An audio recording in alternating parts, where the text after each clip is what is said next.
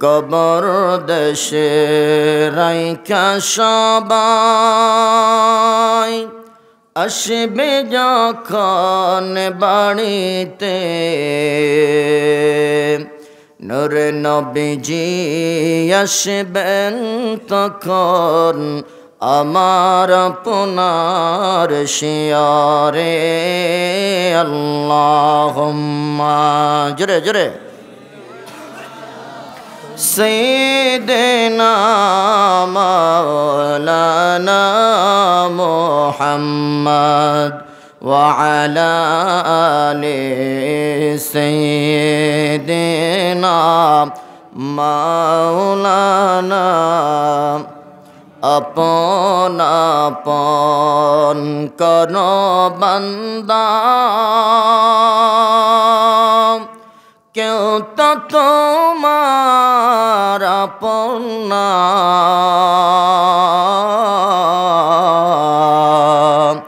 আপন হবে যে জন তোমার শুয়ে আছেন মদিনা আল্লাহুম্মা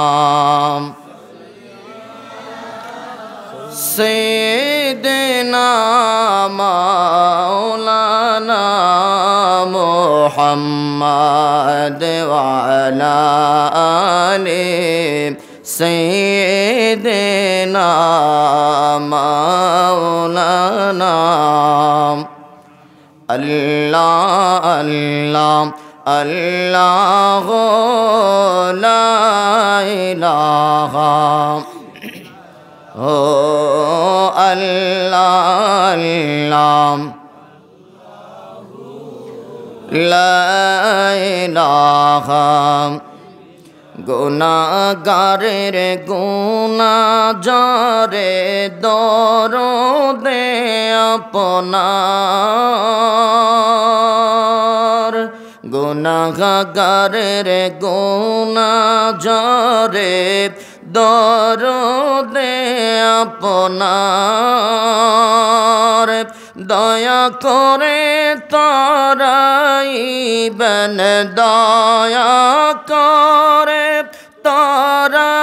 তারাইবেন উম্মত গুনাহগার নবীজি আল্লাহ আল্লাহ লা ইলাহা ইল্লাহু আল্লাহ আল্লাহ রহমাতুল লিল আলামিন নবী রহমতের ভান্ডার রহমাতুল লিল আলামিন নবী রহমতের ভান্ডার দয়া করে তারাইবেন দয়া করে তারাইবেন উম্মত গুনাহগার নবীজি আল্লাহ আল্লাহ লা ইলাহা ইল্লাহু আল্লাহ আল্লাহ লা ইলাহা অন্ধকার কবরে আমার আপন কেউ তো নাই দয়াল নবী দয়া করে দয়াল নবী দয়া করে বুকে দিও ঠাই নবীজি আল্লাহ আল্লাহ লা ইলাহা ইল্লাহু আল্লাহ আল্লাহ লা ইলাহা হাশর মিজান পুলিশ রাতে আপন কেউ তো না হাসর মিজানে পুলিশি রাতে আপন কেউ তো নাই। দয়াল নবী দয়া করে, দয়াল নবী দয়া করে বুকে দিও ঠাই নবীজি। আল্লাহ আল্লাহ লা ইলাহা ইল্লাহু আল্লাহ আল্লাহ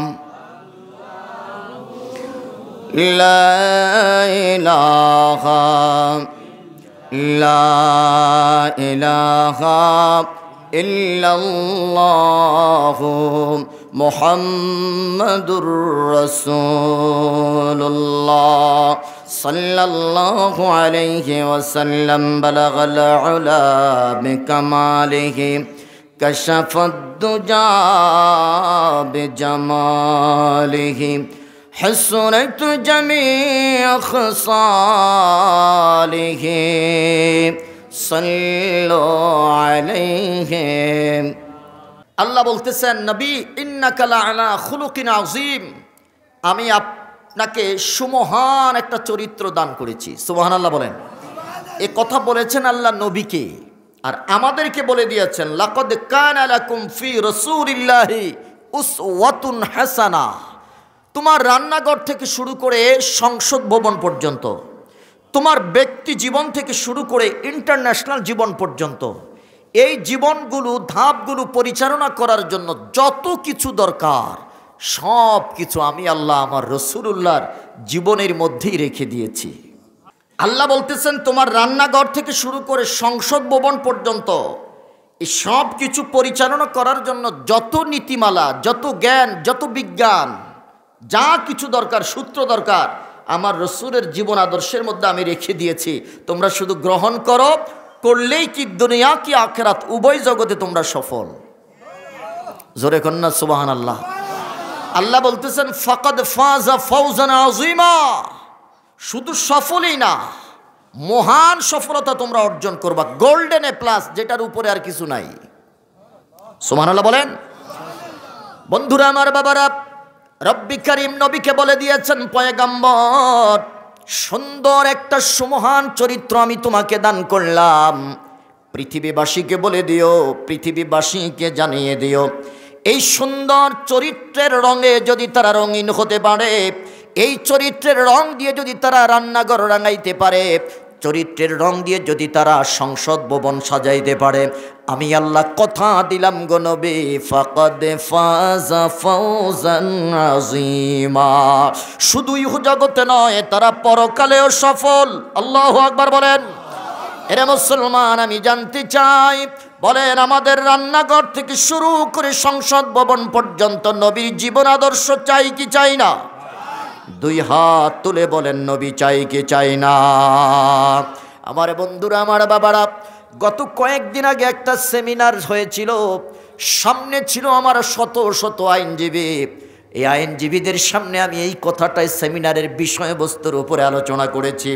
আজকের মুসলমানদের দুর্দিন থেকে যদি তারা উদ্ধার পেতে চায়, মুসলমানদের এই দুরবস্থা থেকে যদি তারা উদ্ধার পেতে চায়, রাসূলুল্লাহর আদর্শ ছাড়া আর কোনো উপায় নাই। কথা বলেন ঠিক কিনা?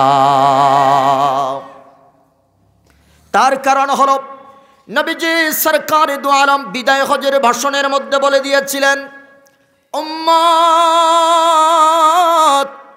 কিয়ামত পর্যন্ত আমার যত উম্মত পৃথিবীতে আসবে, সব উম্মতগুলোর কাছে মেসেজটা পৌঁছিয়ে দিও, তারাকতু ফীকুম আমরাইন লান তাদিল্লু মা তামাসসাকতুম বিহিমা।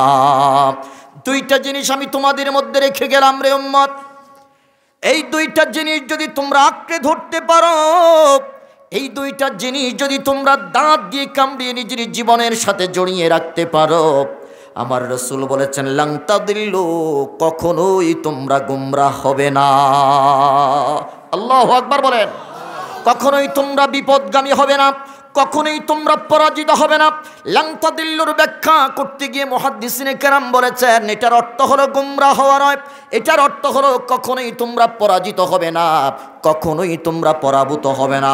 দুইটা জিনিস যদি জীবনের মধ্যে আঁকড়ে ধরতে পারো, এক নাম্বার জিনিস হলো আমার নবীজি বলেছেন কিতাব আল্লাহ আল কোরআন কি যদি তোমরা জীবনের সাথে জড়াইতে পারো, দুই নাম্বার হলো সুন্নাত রাসূলে যদি রাসূলুল্লাহর সুন্নাত দিয়ে নিজের জীবনটাকে আগাইতে পারো, আমার রাসূল বলেছে খবরদার কোনোদিন তোমরা পরাজিত হবে না। সুবহানাল্লাহ বলেন। নবী বলেছেন, বলেন কে বলেছেন? নবী বলেছেন। আর আল্লাহ বলে দিয়েছেন নবী আপনার উম্মতদেরকে বলে দেন, আপনার উম্মতদেরকে বলে দেন এই জগতের মধ্যে তারা যেন আমি আল্লাহর অনুসরণ করে, দুই নাম্বার যেন আপনি রসুলের অনুসরণ করে গো নবী। আমি আল্লাহ কথা দিলাম গো নবী এই দুইজনকে যদি অনুসরণ করে তারা সফলতার স্বর্ণ শিখরে পৌঁছে যাবে। চিল্লায়া কন্যা সুবহানাল্লাহ। বলেন অনুসরণ করতে হবে কাকে? আর আস্তে কোন কাকে? বলেন কাকে? আল্লাহকে অনুসরণ করা লাগবে। দুই নাম্বার অনুসরণ করা লাগবে আল্লাহর রসুল নবী মুহাম্মদুর রাসূলুল্লাহকে। আমার আল্লাহ বলে দিয়েছেন নবী গো আপনি আপনার উম্মতদেরকে বলে দিবেন ওমাইয়ুতির রাসূল ফাকাদ আতা আল্লাহ, আপনি রসুলকে যারা অনুসরণ করবে গো নবী আমি আল্লাহ কথা দিলাম ওই অনুসরণটাই আমি আল্লাহর অনুসরণ হয়ে যায়। অর্থাৎ নবী পাইলে পাওয়া যায় কাকে? জোরে বলেন না কাকে? আল্লাহকে পাওয়া যায়। নবীর অনুসরণ করলে আল্লাহর অনুসরণ করা হয়ে যায়। নবীকে পাইলেই আল্লাহ পাওয়া যায়। এই জন্য আল্লাহ রব্বি কারীম ডাক দেয়া বলতেছেন নবী গো আপনার পুরো চরিত্রটাই হলো কোরআন, আমি আল্লাহ আপনার চরিত্রের বয়ান করেছি কোরআনের মধ্যে। চিল্লায়া কন্যা সুবহানাল্লাহ। আম্মা জান হযরতে আয়েশা রাদিয়াল্লাহু তাআলা আনহাকে মদিনার যুবক যুবতীরা প্রশ্ন করল, গভীর মনোযোগ দেন। মদিনার মানুষগুলো প্রশ্ন করল আয়েশা রাহমাতুল লিল আলামিনের চরিত্র সম্পর্কে আমাদেরকে একটু বলেন। নবীজি সাল্লাল্লাহু আলাইহি ওয়াসাল্লামের চরিত্র বয়ান করতে গিয়ে আয়েশা রাদিয়াল্লাহু তাআলা আনহা বলেন এরে মদিনার মানুষ তোমরা কি কোরআন পড়ো নাই? বলে যে হ্যাঁ পড়েছি। আয়েশা রাদিয়াল্লাহু তাআলা আনহা বললেন শুনো কানা খুলুকুহুল কোরআন, আমার নবীর পুরা চরিত্রটার বয়ান হলো কোরআন। সুবহানাল্লাহ বলেন। নবী যেইভাবে চলেছে এই হলো কোরআন, নবী যেইভাবে বলেছে এটার নাম হলো কোরআন, নবীকে আল্লাহ যেই সিদ্ধান্ত দিয়েছেন সেটার নাম হলো কোরআন। কথা বলেন ঠিক কি নাম? যখন যেটা দরকার নবী যখন যা বলবে, নবী যখন যেটা করবে, নবী যখন যেটা সিদ্ধান্ত নিবে, আমার আল্লাহ সব কিছু কোরআনের মাধ্যমে নবীকে বয়ান করে দিয়েছেন। চিল্লায়া কোন সুবহানাল্লাহ। এরা মুসলমান গভীর মনোযোগ দেন। এই জগতের মধ্যে মুসলমানদের আজকে সফলতার জন্য যেটা দরকার, মুসলমানদের দুর্যোগপূর্ণ মুহূর্ত থেকে উত্তরণের একটাই মাত্র রাস্তা, সেটা হলো রাসূলুল্লাহর জীবন আদর্শের অনুসরণ। রাসূলুল্লাহর আদর্শের অনুসরণ করার মাধ্যমে আমাদের মুক্তি মিলবে। কথা কোন ঠিক না? আমি ছোট্ট একটা উদাহরণ আমি আপনাদের সামনে পেশ করতে চাই। মুসলমান আছেন তো আপনারা? সবাই আছেন? কে কে চলি যাইবেন হাত উঠান। দেখছেন তখন মন কিন্তু এনে নাই। আমিন কোন? এত দূর থেকে আইসি, যদি আপনাদের ভালোবাসাটা 100% না পাই আলোচনা ভাল লাগতো না। দিনে ওয়াজ হয়েছে নি মনে হয়? হ্যাঁ ও এর লাগে তো তারা কথা কয় না।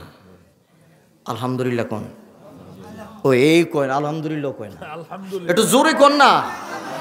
আরে ভাই আমার মতো যদি এরকম 300-400 কিলোমিটার আপনারা জার্নি করে আইতেন তো আপনাকে খুঁজেও পাওয়া যেত না। আপনারা তো দেখেন যে হুজুর আইসে, হুজুর বৈশা ওয়াজ করে চলে গেছে, আমগো যে ভিতরে কি কিয়ামত হইতেছে তো আপনারা কইতেও পারতেন না। আইসি খাইছি নামাজ পড়ছি স্টেজে উঠছি, আবার এনতে যাইয়া তাড়াতাড়ি গাড়ি তুলুন, আবার পরের দিন ক্লাস। আলহামদুলিল্লাহ কোন? এই দূরের প্রোগ্রামগুলো আগে করছি যখন জুয়ান ছিলাম, তখন 2টা 3টা বিয়ানীবাজার, এন্দা সিলেট, মৌলভীবাজার সমানই করছি। এখন তো বুড়ো হয়ে গেছি, দাঁত টাত পড়ে গেছে, এখন আর পারি না। কথা বুঝেন নাই? এখন একটা করতেই খবর হয়ে যায়, তাও মাপ চাই। এই যে ইমাম বাড়ির গত বছর প্রোগ্রাম করছি, এবারও চাইছি, আমি কইছি দোয়াও চাই, মাপও চাই, আর পারতাম না। যাই হোক, আমার তকদির ভালো যে আপনাদের সামনে আসতে পারছি, আলহামদুলিল্লাহ। কোন একটু সাপোর্ট দিবেন, একটু আমাকে সাপোর্ট দেন। যেই কথাটা আমি বলতেছিলাম সেটা হলো এই, রাসূলুল্লাহর জীবন আদর্শ আমাদের অনুসরণ করার দরকার আছে না নাই? বলেন আছে না নাই? নির্দেশ দিয়েছেন কে? এবং আমাদের ঈমান, আমাদের আকীদা, আমাদের এই আজকের এই দুর্যোগপূর্ণ অবস্থা থেকে মুক্তির একটাই মাত্র পথ, সেটা হলো রাসূলুল্লাহর আদর্শের অনুসরণ। কথা বলেন ঠিক কিনা? আমি আজকে একটা উদাহরণ আমি আপনাদেরকে প্রথম উপস্থাপন করছি। মুসলমান, দেখেন রাসূলুল্লাহ সাল্লাল্লাহু আলাইহি ওয়াসাল্লামকে আমার আল্লাহ বলে দিয়েছেন, নবী গো, জগতের মধ্যে আপনার প্রতি আমার নির্দেশ, আপনার উম্মতদের মধ্যে এটা বয়ান করে দিবেন, তাদেরকে জানিয়ে দিবেন, চোর এবং চুন্নির হাত কর্তন করতে হবে। কথা কোন ঠিক কিনা? এটা আল্লাহ পাকের নির্দেশ। বলেন নির্দেশটা কার? রব্বে কারিমের নির্দেশ। আমার আল্লাহ ডাক দেয়া বলে, নবী, السارق والسارقة فاقطعوا أيديهما। নবী গো, চোর এবং চোরনির, পুরুষ চোর অথবা মহিলা চোর যখনই চুরি করেছে তার হাত দুইটা কর্তন করে দেন। তার হাত দুইটা কর্তন করে দিলে পরে পৃথিবীর জমিনে আর কোনো চোর কোনোদিন উৎপাদন হবে না। কথা কোন ঠিক কিনা? বলেন দেখি, এই শাস্তিটা অথবা এই বিধানটা আমার জমিনে আসেনি? কথা কন, বাংলাদেশে এই জমি এই বিধানটা আছে না নাই? এই বিধানটা যদি জারি থাকতো, এই বিধানটা যদি জারি থাকতো, খোদার কসম সমাজের মধ্যে ডাইল চোর পাওয়া যাইতো না। দুইজনে কইছে মাত্র ঠিক। কি আপনারা ডাইল চোরের পক্ষে আছেন? হ্যাঁ, মামলা করলে আমারে করবে, আপনারা জবাবটা সুন্দর করে দিবেন। বলেন, যদি এই বিধান জারি থাকতো, কোনোদিন এই সমাজে চাইল চোর পাওয়া যাইতো? ডাইল চোর, গম চোর, কম্বল চোর, এই সমাজের মধ্যে বিধবা ভাতা চোর, রডের পরিবর্তে বাঁশ পাওয়া যাইতো? খোদার কসম এই সমাজে একটা চোরও খুঁজে পাওয়া যাইতো না যদি আল্লাহ পাকের এই বিধান, রাসূলুল্লাহর আদর্শ যদি সমাজে বাস্তবায়িত হতো। কথা কোন ঠিক কিনা? আল্লাহ রাব্বি কারীম ডাক দেয়া বললেন, নবী, আইন জারি করে দেন, যদি তুমি ঈমানওয়ালা হও, যদি তোমার ভিতরে ঈমান থাকে, যদি তোমার ভিতরে ঈমানের নূর থাকে, গো নবী আপনার উম্মতদেরকে বলে দিবেন, তাহলে আল্লাহ পাকের এই বিধান, চোর এবং চোরনির হাত কর্তন করে দিতে হবে। কথা কোন ঠিক কিনা? এই বিধানটা যদি জারি থাকতো, পৃথিবীতে কোনো চোর খুঁজে পাওয়া যেত? স্বাধীনতার 53 বছর পরেও আমরা চোর মুক্ত বাংলাদেশ গড়তে পারি নাই। কথা কোন ঠিক কিনা? বলেন, এই সমাজের মধ্যে মুসলমান বেশি না হিন্দু বেশি? বলেন বলেন বলেন। সমাজের মধ্যে মুসলমান কম না বেশি? অথচ এই মুসলমানদের মধ্যে চোর কম না বেশি? এরে দুনিয়ার মুসলমান, রাসূলুল্লাহর জামানায় একটা চোর পৃথিবীর জমিনে খুঁজে পাওয়া যায় নাই। আমিরুল মুমিনিন হযরতে ওমর, হযরতে আবু বকর, হযরতে আলী, উসমানের জামানায় জেলখানাও ছিল না। কথা বলেন ঠিক কিনা? খুব গভীর মনোযোগ দেন। আল্লাহ পাকের বিধান, চোর এবং চুন্নির হাত কর্তন করে দিতে হবে। রাসূলুল্লাহর জীবন আদর্শ দেখেন। রাসূলুল্লাহর জামানায় একটা চোরের ঘটনা নবীজির সামনে বয়ান করা হলো। ইয়া রাসূলুল্লাহ, নবী জবাব চাই, নবী গো সমাধান দেন। বনি মাখজুম গোত্রের একজন মহিলা চুরি করেছে গো নবী, এই চোরটাকে সাব্যস্ত করা হয়েছে, শনাক্ত করা হয়েছে গো নবী, এবার এটার শাস্তি কি হবে তাড়াতাড়ি আমাদেরকে বলে দেন। নবী বলেছেন, আল্লাহর আইন আমাকে বাস্তবায়ন করার জন্য নির্দেশ দিয়েছেন। আল্লাহর আইনটা যেটাই আমি বাস্তবায়ন করব অথবা যেটাই আমি বলবো, ওইটাই হলো আমার নবীর আদর্শ। কথা বলেন ঠিক কিনা? বলেন, নবী হুকুম পালন করে কার? আমার আল্লাহ ডাক দিয়া বলতেছেন মা ইয়ানতিকু আনিল হাওয়া ইন হুয়া ইল্লা ওয়াহায়ুন ইউহা। জোরে জোরে বলেন আল্লাহু আকবার। আমার নবী নিজের মন গড়া কোনো কথা বলেন না, বলেন ইশারা চলে কার? আল্লাহ বায়ান করতেছে খবরদার নবীর প্রত্যেকটা কথাকে তোমরা গ্রহণ করে নিবা। তার কারণ হলো মা ইয়ানতিকু আনিল হাওয়া, নবী তিনার ইচ্ছা মতো কোনো কথা বলেন না, বরং আমি আল্লাহ ইশারা দিলেই পরে আমার নবী কথা বলে। চিল্লায়া কন্না সুবহানাল্লাহ। নবীজি বললেন এ বনু মাখজুম গোত্রের এই মহিলার হাত কর্তন করে দাও। বলেন বিধান কার? আল্লাহ। এরে দুনিয়ার মুসলমান, হাত কর্তন করে দিতে হবে কেন? এটা মানবাধিকার লঙ্ঘন করেছে। 2 নাম্বার হলো মানুষের হক নষ্ট করে চুরি করে নিজের পকেটে ঢুকাইছে। কথা বলেন ঠিক কি না? এরকম চোর আমার সমাজে আছে না নাই? আওয়াজ করে বলেন আমার দেশে আছে না নাই? নিজের পকেটে ঢুকাইছে, নিজের ব্যাংক ব্যালেন্সের ভিতরে ঢুকাইছে, এমনকি বেগম পাড়ায়ও ঢুকাইছে। এত আস্তে কইলেন কা? জোরে বলেন। এরে দুনিয়ার মুসলমান, আমার নবী ডাক দিয়া বললেন হাত কর্তন করে দাও। একটার হাত যদি কর্তন করো বাংলাদেশে আর চোর খুঁজে পাওয়া যেত না। কথা বলেন ঠিক কিনা? এই চোর যদি সালেহী নিজেও হয়, সালেহীর টাইটেলের দিকে তাকানো যাবে না, পদবীর দিকে জায়গার তাকানো যাবে না, চেহারার দিকে তাকানো যাবে না। সেই চোর যেই হোক, সালেহী হোক, মুহাদ্দিস হোক, মুফতি হোক, মুহতামিম হোক, প্রিন্সিপাল হোক, এমপি মন্ত্রী হোক, কাউকে ছাড় দেওয়া যাবে না। কথা বলেন ঠিক কিনা? এই আদর্শ যদি বাস্তবায়ন করা যেত, একটা আদর্শের মাধ্যমে সোনার বাংলাদেশ গড়া যেত। কথা কোন ঠিক কিনা? এই পর্যন্ত যত টাকা, যত সম্পদ আমার দেশ থেকে চুরি হয়েছে, এই সম্পদগুলো যদি এই দেশের মধ্যে রাখা যাইতো, আমরা ইউরোপ আমেরিকার চাইতে কম থাকতাম না। কথা বলেন ঠিক কিনা? সমাজপতিরা চোর ধরলে পরে ছেড়ে দিত, রাজনীতিবিদরা চোর ধরলেই পরে যখন দেখা যাইতো এটা আমার দলের লোক, তাকে ছেড়ে দিত। সালেহী সাহেবের ছেলে যখন চুরিতে ধরা খাইতো, যখন সালেহী সাহেব জানতো, ফোন করে দিত পুলিশ, সালেহী সাহেবের সম্মানে তার ছেলেকে ছেড়ে দিত। কথা কোন ঠিক কিনা? বরং নবীর আদর্শ হলো অপরাধী যেই হোক তাকে শাস্তি দেওয়ার দরকার আছে না নাই? বলেন বলেন আছে না নাই? অপরাধীর চেহারার দিকে তাকানো যাবে না, তার পদবীর দিকে তাকানো যাবে না, তার চেয়ারের দিকে তাকানো যাবে না, তার সম্পদের দিকে তাকানো যাবে না। অপরাধী যত বড় হেডমওয়ালা মানুষ হোক না কেন, জমিনের মধ্যে প্রত্যেক অপরাধীর জন্য যদি শাস্তি নিশ্চিত করা যেত, এই জমিনের মধ্যে কোনো অপরাধী খুঁজে পাওয়া যেত না। কথা কোন ঠিক কিনা?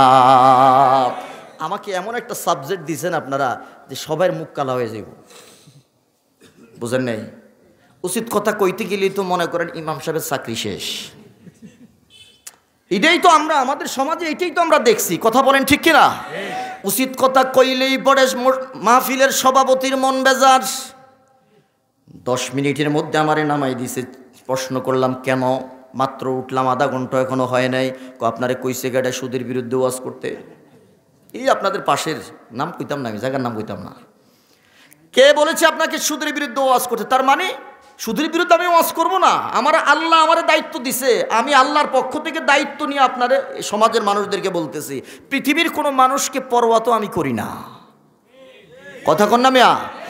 এই পর্যন্ত কতবার আমার দাফন হয়ে গেছে, এরপরও তো আল্লাহ আজকে আপনাদের সামনে নিয়ে আসছে। গত কয়েকদিন আগেও কইছে যে কাফনের কাপড় পরে আইসো। আমি বললাম যে কাফনের কাপড় পরা লাগবে না, পরনে যেটা আছে এটাই শহীদের কাফনের কাপড়। কথা বলেন ঠিক কিনা? যারা কোরআনের কথা বলেই মৃত্যুবরণ করতে হয়, তাদের কাফনের কাপড় প্রয়োজন হয় না, গায়ে যেটা আছে এটাই কাফনের কাপড়। কথা বলেন ঠিক কিনা?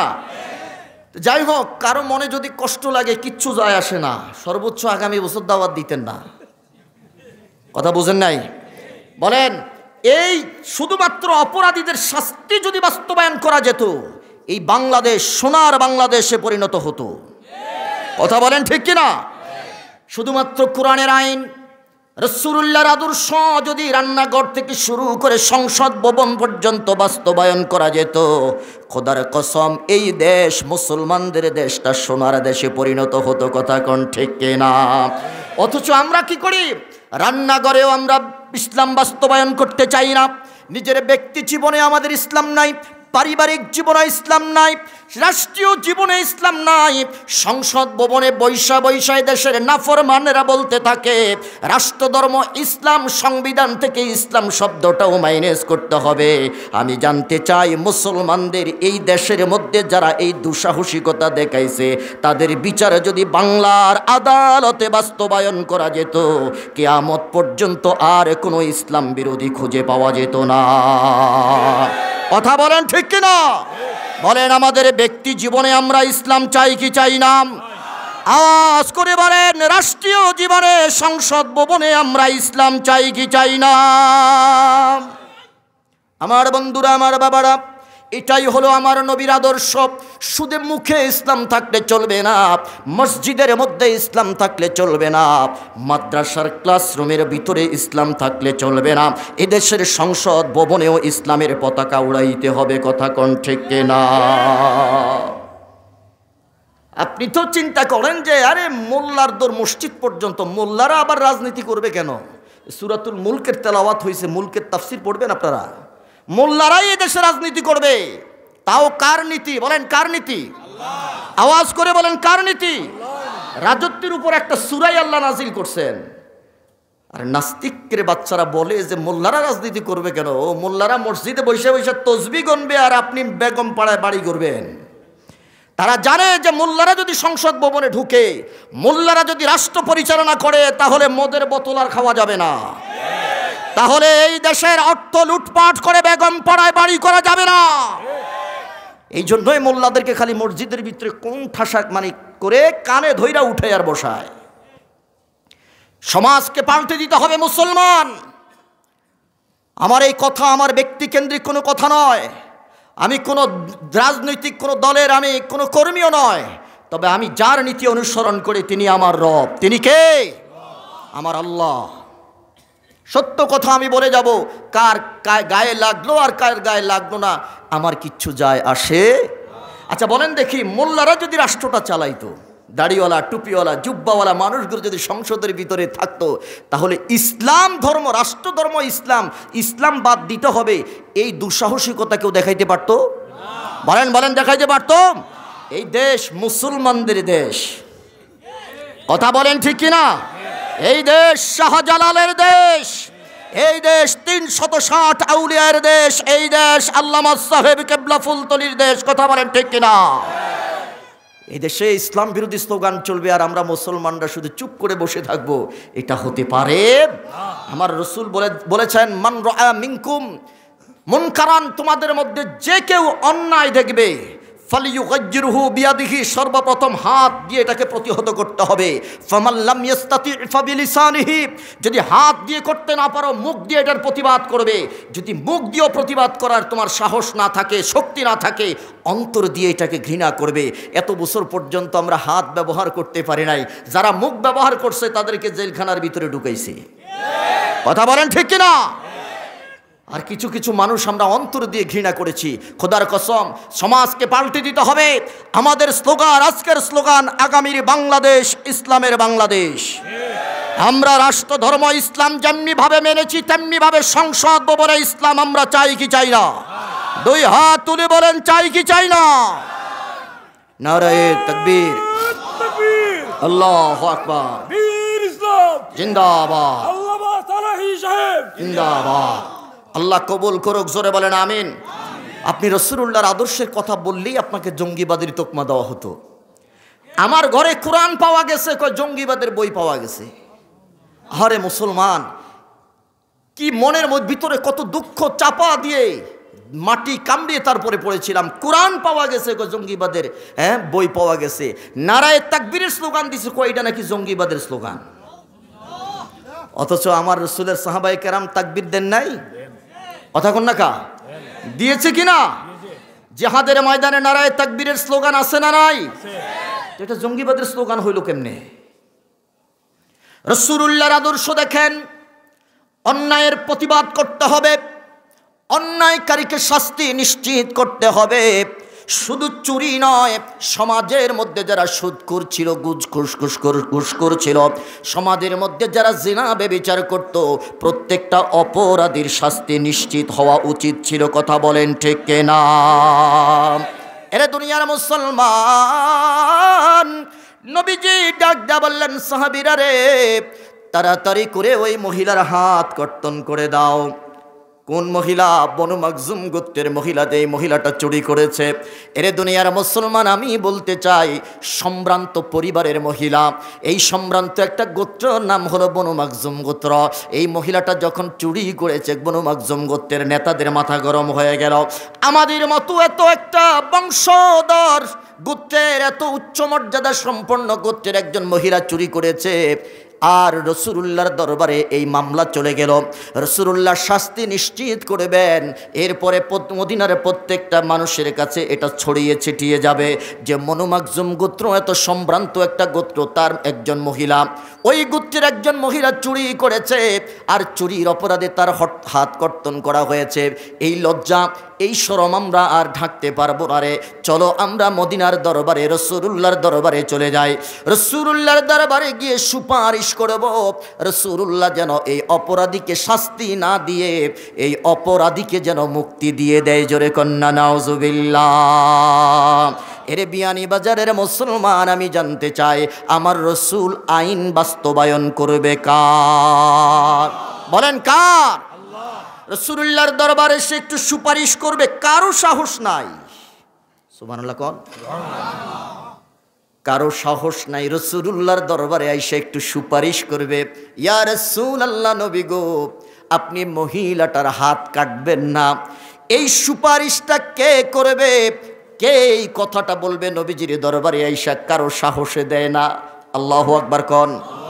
তার কারণ হলো, এটার বিরুদ্ধে কথা বলা মানে কোরআনের বিরোধিতা করা, এটার বিপক্ষে কথা বলা মানে রাসূলুল্লাহর বিরুদ্ধাচারণ করা। কথা কোন ঠিক কিনা?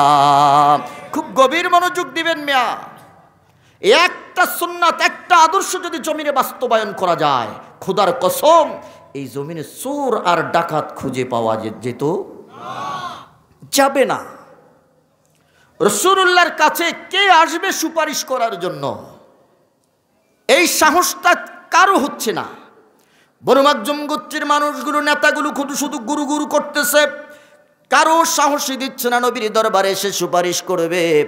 একজন এসে ডাক দিয়া বলতেছে যে, এরে বনু মাখজুম গোত্রের মানুষেরা শুনে নাও, আমার মনে হয় তোমরা কেউ রাসূলুল্লাহর দরবারে গিয়ে কথাটা বলতে পারবে না, তবে আমার মনে হয় তোমরা যদি একজন সুপারিশকারী নিয়োগ করো, রাসূলুল্লাহর পিএস, রাসূলুল্লাহর নাতি উসামা বিন যায়েদ। সুবহানাল্লাহ খান।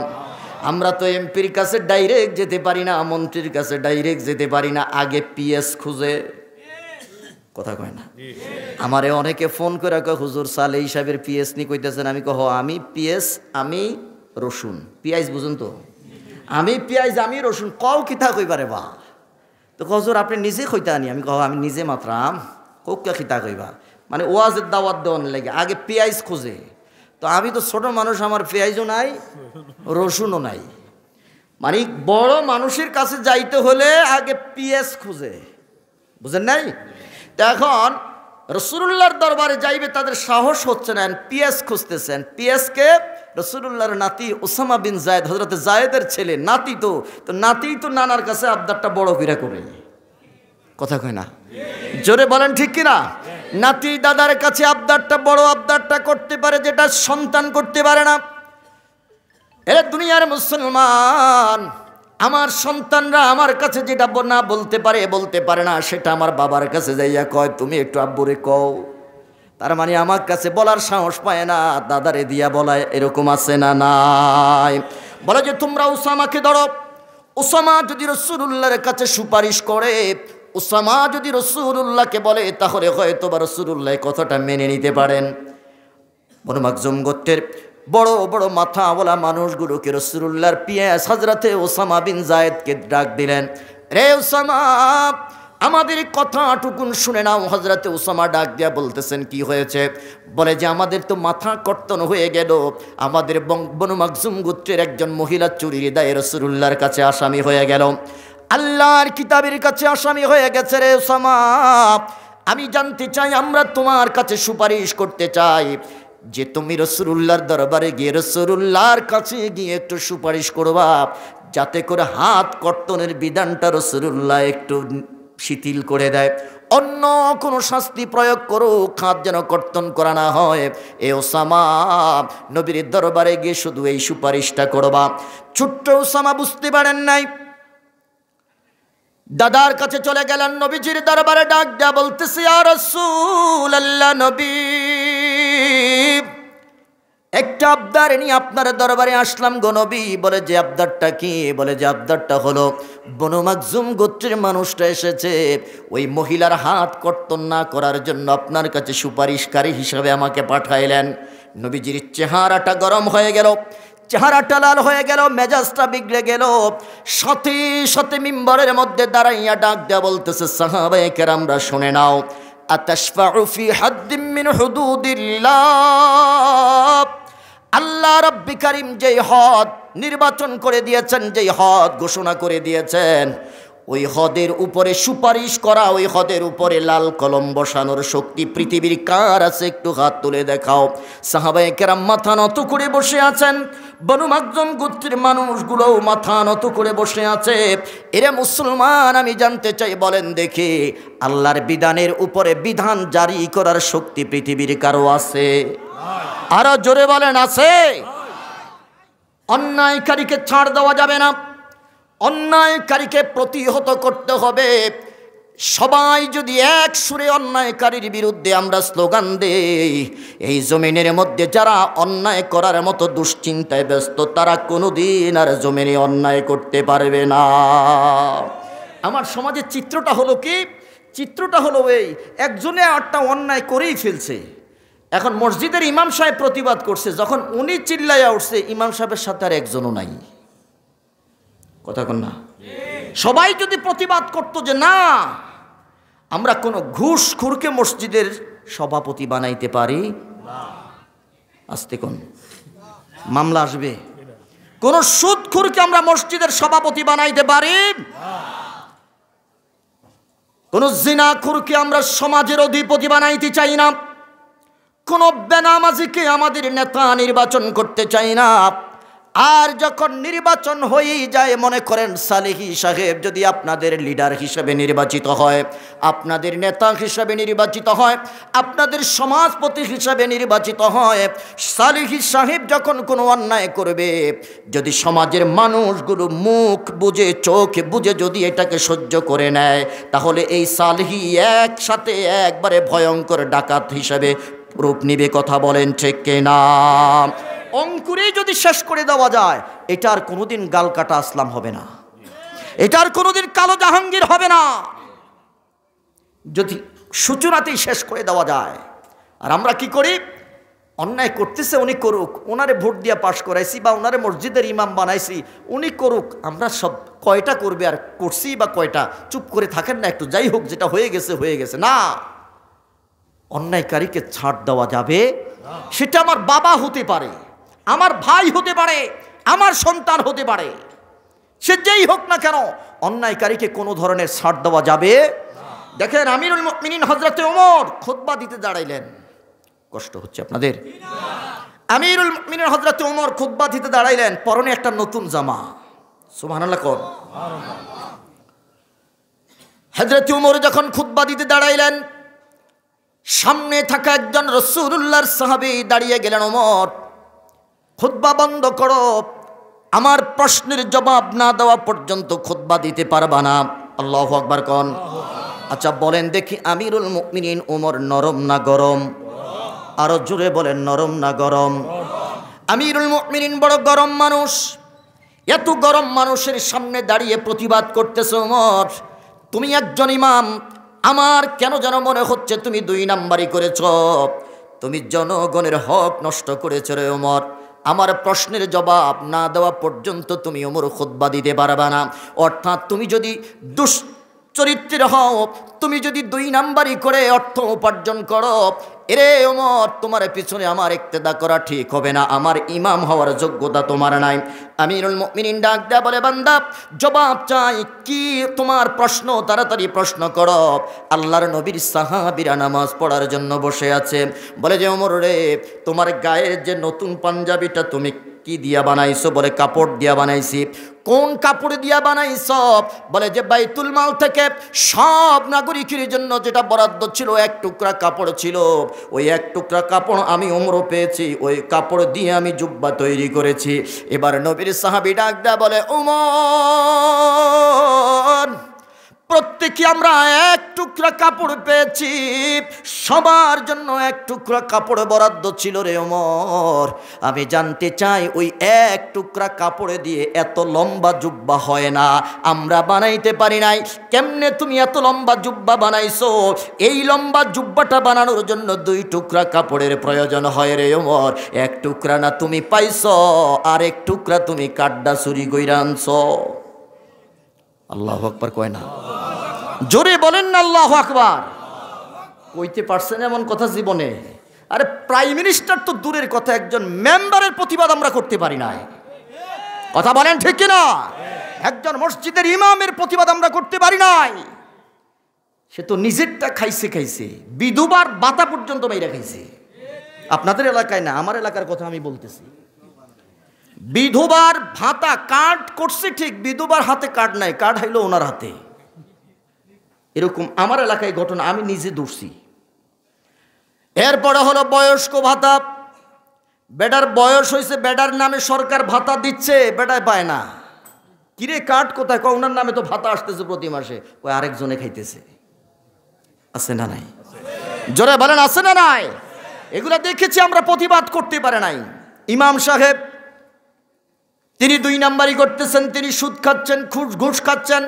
মাদ্রাসার প্রিন্সিপাল মোহতামিম তিনারাও সুদ ঘুষ খাচ্ছেন আমাদের চোখের সামনে। আমরা কোনোদিন এটার প্রতিবাদ করি নাই। কথা কোন ঠিক কিনা?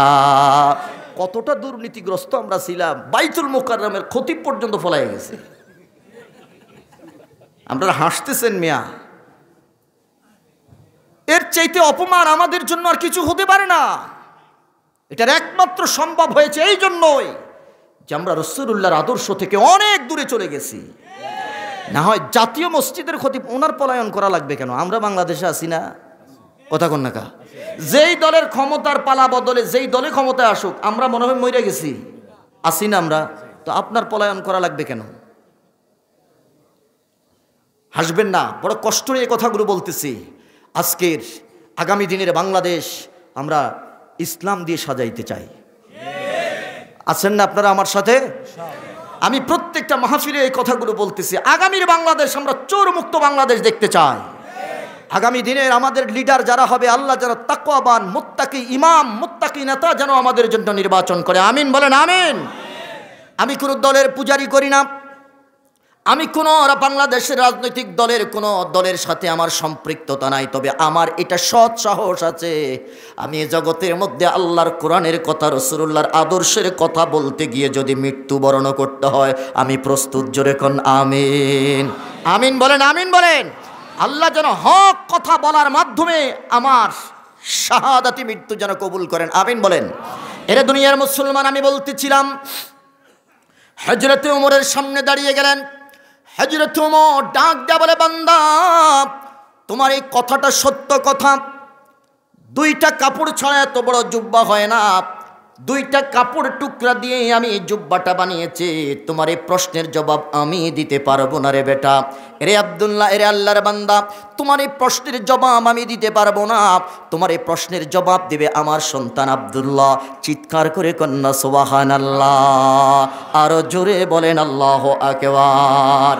একজন মুসলিম জাহানের প্রাইম মিনিস্টার খলিফা উমরের সামনে দাঁড়াইয়া সাহসিকতার ভূমিকায় যিনি প্রতিবাদ করেছেন, অন্যায়ের প্রতিবাদ। এরে মুসলমান, আজকে প্রত্যেকটা মানুষ যদি, প্রত্যেকটা পরিবারে, প্রত্যেকটা সমাজ, প্রত্যেকটা জায়গায় যদি এভাবে প্রতিবাদের প্রাচীর গড়ে তুলত, এই সমাজের অন্যায়কারীরা তীরের মতো সোজা হয়ে যেত। কথা কোন ঠিক না? তোমার এই প্রশ্নের জবাব দিবে আব্দুল্লাহ। সুবহানাল্লাহ খান। আব্দুল্লাহ কোথায়? আব্দুল্লাহকে খুঁজে বের করা হলো। হযরতে ওমরের সন্তান আব্দুল্লাহ দাঁড়িয়ে গেল, দাঁড়িয়ে পড়ে আল্লাহর পয়গম্বরের সাহাবী হযরতে ওমর ডাক দিয়া বলে, আব্দুল্লাহ রে, এই লোকটার প্রশ্নের জবাবটা তুমি দিয়ে দাও। প্রশ্নের জবাব দিতে গিয়ে হযরতে আব্দুল্লাহ ডাক দিয়া বলতেছে, রে নবীর সাহাবী, প্রত্যেকে এক টুকরা তোমরা কাপড়ে যেমনে পেয়েছো, আমার বাবা আমিরুল মুমিনিন হযরতে ওমরের জন্য এক টুকরা কাপড়ে বরাদ্দ ছিল। চিল্লায়া কোন সুবহানাল্লাহ। আমার বাবার পরিধানের মধ্যে যেই পুরান পোশাকটা ছিল, ছিঁড়া জুব্বাটা ছিল, প্রতিদিন মন্ত্রণালয়ে গিয়ে, প্রতিদিন সরকারি অফিসে গিয়ে এই ছিঁড়া জামাটা পরিধান করে তিনি অফিস করতেন, মন্ত্রণালয়ে পরিচালনা করতেন। রে সাহাবী, আমি সন্তান হিসাবে আমার কাছে এটা লজ্জাকর মনে হতো, একটা দেশের প্রাইম মিনিস্টার মুসলমানদের খলিফার গায়ের মধ্যে ছিঁড়া জামা, এটা কোনোদিন হতে পারে না। চিল্লায়া কোন সুবহানাল্লাহ। আল্লাহু আকবার বলেন। এই জন্য তুমি যেরকম এক টুকরা কাপড় পেয়েছ রে সাহাবী, আমিও এরকম এক টুকরা কাপড় পেয়েছি, আমার বাবাও এক টুকরা কাপড় পেয়েছে। এরা নসরুল্লাহর সাহাবী, শুনে নাও, ওই আমার এক টুকরা কাপড় আমি আমার বাবাকে হাদিয়া দিয়ে দিয়েছি। এই জন্য আমার বাবা দুই টুকরা কাপড় নিয়ে ওই জুব্বাটা, লম্বা জুব্বাটা বানিয়েছে। চিল্লায়া কোন সুবহানাল্লাহ। জোরে জোরে বলেন আল্লাহু আকবার। এটাই হলো নবীর আদর্শ, যে জনগণের টাকা আমার কাছে থাকবে, এটা আমানত, রাষ্ট্রীয় সম্পদ আমার কাছে থাকবে গচ্ছিত, এটা আমানত। আমানতের খেয়ানত করা যাবে না। যারা বলেন যাবে। সিরিয়ার গভর্নর ছিল রাসূলুল্লাহর একজন সাহাবী হযরত সাঈদ ইবনে আমির রাদিয়াল্লাহু তাআলা আনহু। কষ্ট হচ্ছে আপনাদের? সিরিয়ার গভর্নর ছিল রাসূলুল্লাহর একজন সাহাবী হযরত সাঈদ ইবনে আমির। খুব গভীর মনোযোগ দিবেন। আজকের আমাদের এই ইতিহাসগুলো যদি আমাদের লিডাররা পড়তো, তাহলে এখান থেকে অনেক কিছু শিখতে পারতো তারা। খোদার কসম, এই জমিন থেকে, এই দেশ থেকে এক টাকাও বাহিরে প্রচার করতে পারতো না। শুধুমাত্র যে ইসলামী মনীষী যারা ছিল, তাদের জীবন আদর্শ যদি তারা অধ্যয়ন করতো। সুবহানাল্লাহ বলবেন না? হযরত সাঈদ ইবনে আমির রাদিয়াল্লাহু তাআলা আনহু সিরিয়ার গভর্নর ছিলেন। আমিরুল মুমিনিন হযরত ওমর ডাক দিয়া বলে, রে দুনিয়ার মানুষ শুনে নাও, সিরিয়া থেকে যখন মানুষগুলো মদিনাতুল মুনাওয়ারায় আসলো আমার সাথে দেখা করার জন্য, আমি তাদেরকে জিজ্ঞাসা করলাম, তোমাদের গভর্নরের খবর কি কয় আছে ভালো? সুবহানাল্লাহ কোন। তোমাদের এই জগতের মধ্যে, তোমাদের সিরিয়ার জমিনের মধ্যে যারা গরিব আছে, 20 জন গরিবের নামের তালিকা আমার কাছে দিয়ে দাও। 20 জন সেরা গরিবের নামের তালিকা আমার কাছে দিয়ে দাও। আমি তাদের জন্য কিছু রাষ্ট্রীয় উপঢৌকন পাঠাবো, কিছু বরাদ্দ পাঠাবো। চিল্লায়া কোন সুবহানাল্লাহ। সিরিয়ার থেকে 20 জনের নামের তালিকা দেওয়া হয়েছে। বলেন কয়জন? কষ্ট হচ্ছে আপনাদের? 20 জনের নামের তালিকা যখন পাঠানো হয়েছে, সবচাইতে গরিব প্রথম যে মানুষটার নাম, সেটা হলো সিরিয়ার গভর্নর হযরত সাঈদ ইবনে আমির। জোরে কোন সুবহানাল্লাহ। সবচাইতে গরিব 20 জনের নাম বাছাই করেছে, তার মধ্যে সর্বপ্রথম যার নাম, তিনি হলো সিরিয়ার গভর্নর। সুবহানাল্লাহ কইতেন না? আল্লাহু আকবার কোন। হযরত ওমর ডাক দিয়া বললেন, উনি কে? আমাদের গভর্নর হযরত সাঈদ ইবনে আমির রাদিয়াল্লাহু তাআলা আনহু। কয় তিনি নাকি, তিনি কি খুব বেশি গরিব? হ্যাঁ। কয় না, আমার কাছে মেসেজ এসেছে, সাঈদ ইবনে আমির সিরিয়ার জমিনের মধ্যে কোটি কোটি টাকার সম্পদ তৈরি করেছে, অনেক বড় বড় প্রাসাদ তৈরি করেছে, আর তোমরা বলতেছো সাঈদ ইবনে আমির নাকি সবচাইতে গরিব মানুষ। কয় না না, খলিফাতুল মুসলিমিন সবচাইতে গরিব মানুষদের তালিকায় তিনি সর্বপ্রথম। বলে যে তাই নাকি? বলে যে হ্যাঁ। হযরতে ওমর রাদিয়াল্লাহু তাআলা আনহু তাকে যাচাই করার জন্য সিরিয়ার দিকে রওনা হলেন। চিল্লায়া কন্না সুবহানাল্লাহ। সাঈদ ইবনে আমিরকে খুঁজে বের করলেন। আল্লাহু আকবার বলেন। ডাকটা বললেন, সাঈদ, তোমার বাসভবনটা আমি দেখতে চাই। হযরত সাঈদ ডাকটা বলতেন, আমিরুল মুমিনিন, আমার বাসভবন আপনি দেখতে চাইবেন? আমার বাসভবন দেখলে পরে তো আপনার পছন্দ হবে না, আমার বাসভবন দেখলেই পরে আপনার চোখের পানি চলে আসবে। কয় না না, আমিরুল মুমিনিন হযরতে ওমর মনে করতেছে সাঈদ ইবনে আমির মনে হয় মিথ্যার আশ্রয় নিয়েছে। চিল্লায়া কন্না নাউযুবিল্লাহ। নবীর সাহাবী কোনোদিন মিথ্যা বলতে পারে? যারা বলেন পারে। বরং রাসূলুল্লাহ বলেছেন বিআইয়ি ইকতাদাইতুম ইহতাদাইতুম আসহাবি কান্নুজুম, আমার সাহাবীরা হলো আকাশের নক্ষত্রের মতো, কোনো দোষ ত্রুটি খুঁজে পাওয়া যায় না। যেই কারণে একজনকে তুমি যদি অনুসরণ করো তুমি হিদায়াতের রাস্তা খুঁজে পেয়ে যাইবা। আরো জোরে কন্না সুবহানাল্লাহ। আমিরুল মুমিনিন হযরত সাঈদের সাথে যাচ্ছেন তো যাচ্ছেন, মরুভূমির পথ অতিক্রম করার পরে আল্লাহর নবীর সাহাবী হযরতে ওমর ডাক দেয়া বলতেছে, নবীর সাহাবী আর কত দূর? বলে যে ওই যে ঝুপটিটা দেখা যায় ওই ঝুপটিটাই হলো আমার বাসভবন। চিল্লায়া কন্না আল্লাহু আকবার। ওই ঝুপটিটাই হলো আমার বাসভবন। বলে যে তাই নাকি? বলে যে হ্যাঁ। এরে দুনিয়ার মুসলমান, সাঈদ ইবনে আমির রাদিয়াল্লাহু তাআলা আনহু ডাক দেয়া বলে, আমিরুল মুমিনিন আমার পিছনে পিছনে হাঁটতেছে, আমি সামনে হাঁটতেছি, পাহাড়ের পাদদেশের মধ্যে আমার বাসভবন। আমিরুল মুমিনিন ওমর বলতেছে, রে সাঈদ আর কত দূর তোমার বাসভবনের রাস্তা? আর কত দূর গেলে তোমার এই বাসভবন আমার চোখে মিলবে? হযরতে সাঈদ ইবনে আমির ডাক দেয়া বলতেছে, আমিরুল মুমিনিন এই যে কাছাকাছি চলে আসছি।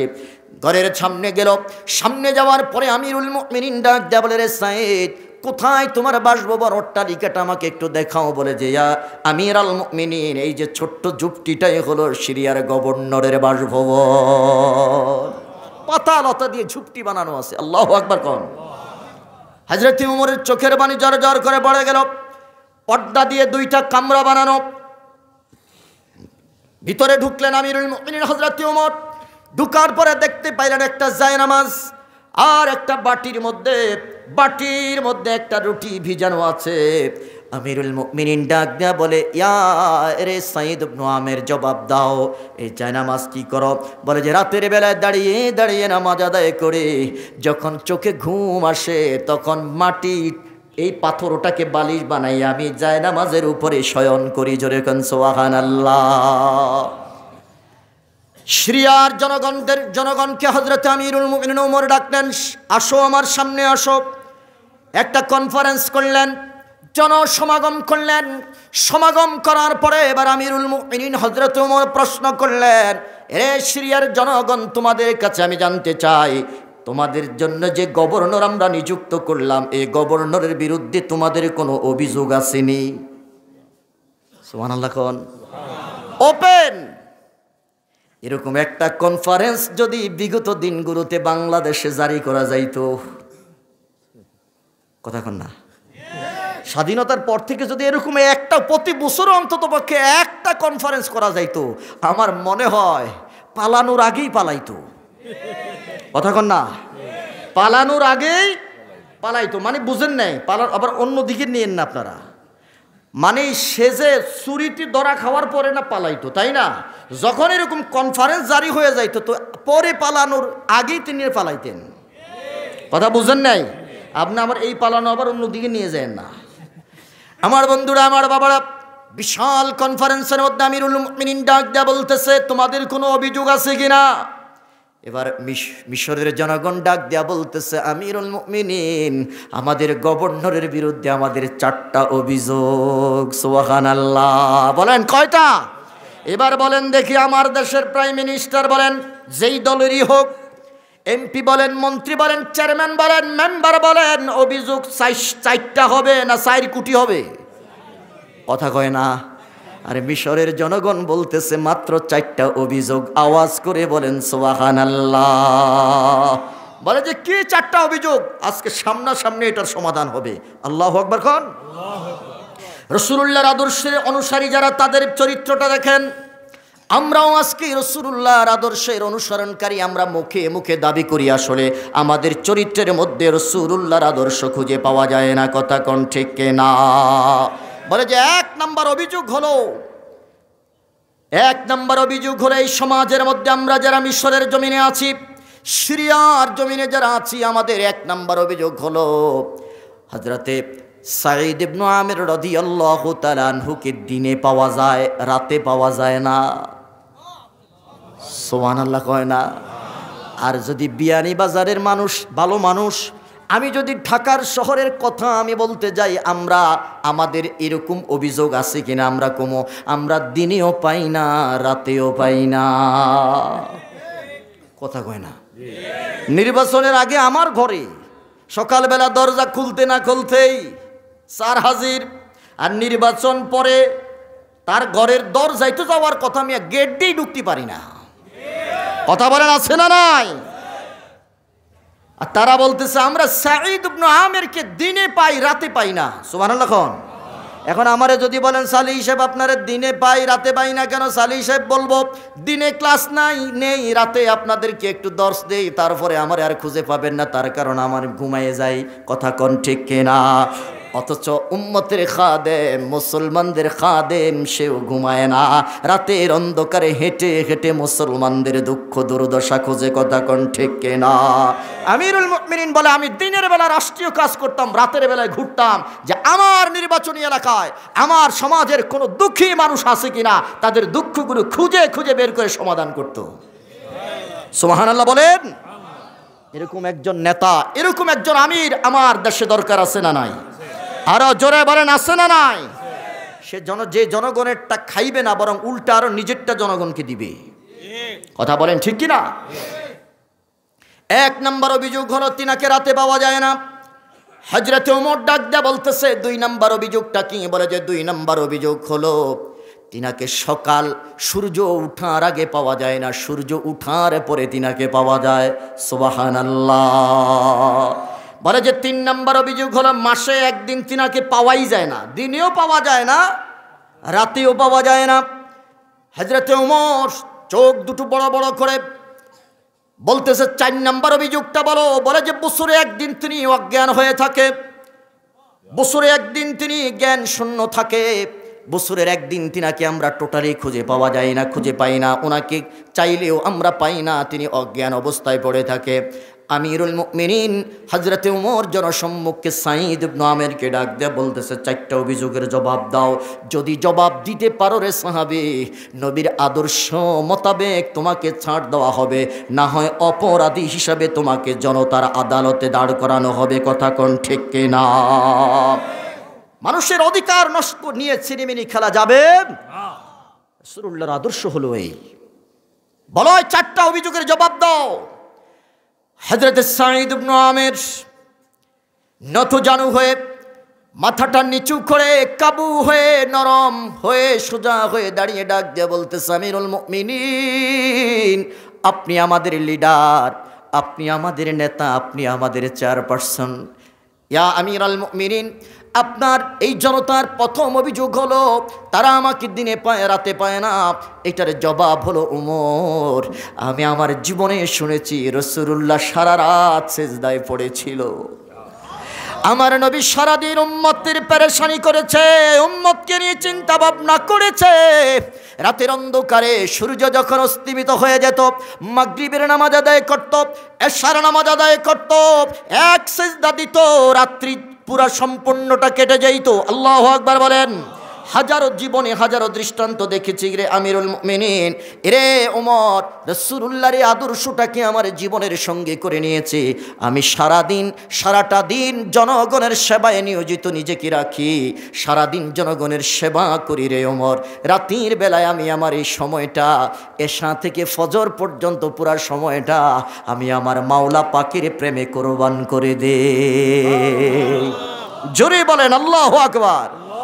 আর আমরা রাতের বেলা সময় কাটাই ক্লাবের মধ্যে, আছে না নাই? আপনাদের বিয়ানী বাজারে না, আমি ঢাকার শহরের ক্লাবগুলোর কথা বলতেছি। দিনের বেলায় পুরা দিনটা আমি জনগণের জন্য বরাদ্দ করেছি, আর রাতটা আমি আমার আল্লাহর জন্য বরাদ্দ করে রাখছি। রাতের সময়টা আমি কাউকে দেই না। সুবহানাল্লাহ কইতেন না? হযরতে ওমর একটু নরম হয়ে গেলেন। বলেন অভিযোগের যে জবাবটা ভালো না খারাপ? আরো জোরে কন। আমি আমার একদিন প্রিন্সিপালের রুমের মধ্যে বসা, দারুণ জাতের প্রিন্সিপালের সামনে দাঁড়ানো এক অভিভাবক আইসা ডাক দেয়া বলতেছে, আমার সন্তানটা রেজাল্ট খারাপ করেছে, আপনারা ঠিক মতো মনে হয় তদারকি করেন নাই। এলাকা পরিচালককে প্রিন্সিপাল ডাকলো যে এই ছেলে তো ভালো রেজাল্ট করার কথা, এই ছেলেটার রেজাল্টটা খারাপ হলো কেন?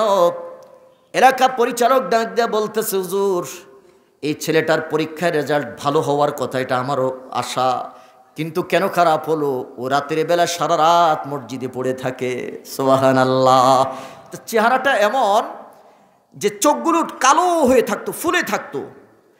ও তাহাজ্জুদ মানে এশার নামাজ পড়ে 500-600 বার দুরুদ পড়তো, দুরুদের আমল করতো। আয়েশা খাইতো, খাইয়ে একটু ঘুমাইয়া আবার তাহাজ্জুদের আগেই মসজিদে চলে যাইতো। আলহামদুলিল্লাহ। কোন সারসিনা বলেন, দারুন নাজাত বলেন বা ফুলতলি বলেন, আমাদের ছাত্ররা আমাদের চাইতে অনেক আমলি। আলহামদুলিল্লাহ বলেন।